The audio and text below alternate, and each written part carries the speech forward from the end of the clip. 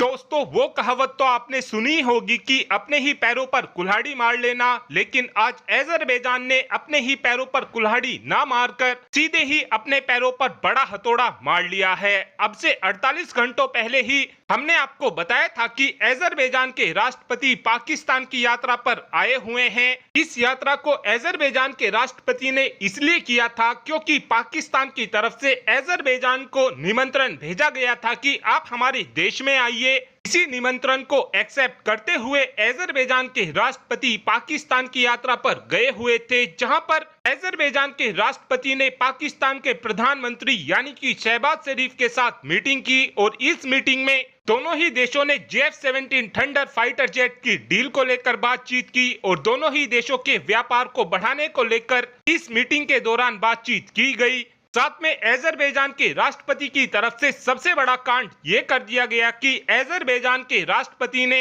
एक jointly statement के दौरान कश्मीर के मुद्दे को खूब दबाकर उठाया। साथ में अजरबैजान के राष्ट्रपति की तरफ से ये भी बोला गया कि भारत कश्मीर में लोगों के ऊपर जुल्म कर रहा है। उस समय पाकिस्तान को ये लग रहा था कि अजरबैजान के राष्ट्रपति की ये स्टेटमेंट इंटरनेशनल मीडिया भी खूब दबाकर कवर करेगी, लेकिन हुआ कुछ ऐसा कि उसी समय ही डोनाल्ड ट्रंप को गोली लग गई और जो पाकिस्तान ये सोच रहा था कि इंटरनेशनल मीडिया भी कश्मीर के मुद्दे को कवर करेगी, अब ये मुद्दा तो पाकिस्तान की खुद की मीडिया की तरफ से कवर नहीं किया गया, बल्कि उस समय पाकिस्तान की मीडिया भी डोनाल्ड ट्रंप पर गोली लगने के मुद्दे को कवर कर रही थी, जिस कारण अजरबैजान की राष्ट्रपति की इस विजिट का पाकिस्तान को कोई बड़ा फायदा तो नहीं मिला। लेकिन जैसे ही अजरबैजान के राष्ट्रपति अपने देश में वापस लौटे, उसी समय ही भारत की तरफ से एक ऐसा अनाउंसमेंट कर दिया गया है जिसकी वजह से अजरबैजान अब पूरी तरीके से बौखलाने वाला है। ऐसा मैं इसलिए बोल रहा हूं क्योंकि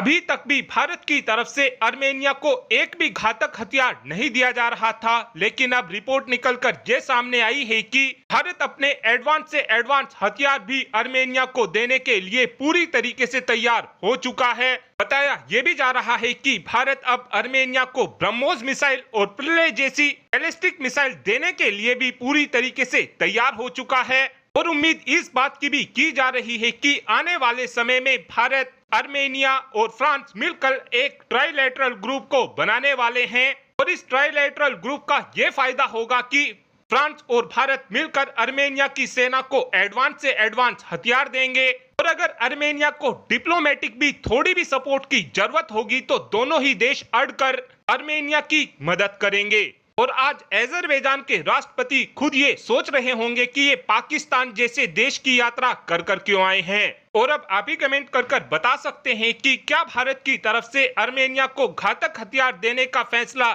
सही लिया गया, हाँ या फिर ना। इस बात का आंसर आप कमेंट बॉक्स में दे सकते हैं। Thanks for watching this video. Have a good day.